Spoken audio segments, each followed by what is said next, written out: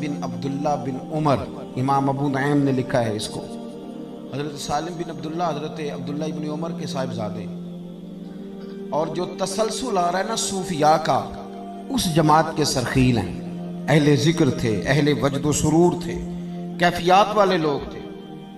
حضرت سالم بن عبداللہ رضی اللہ تعالیٰ عنہ طواف کعبہ کے لیے تشریف لے گئے حرم مکہ میں، تو طواف آپ فرما رہے تھے تو اللہ تعالیٰ اپنے نیک بندوں کی محبت لوگوں کے دلوں میں ڈال دیتا ہے، لوگ دور دور سے آتے، آپ کی دست بوسی کرتے، دعا کراتے۔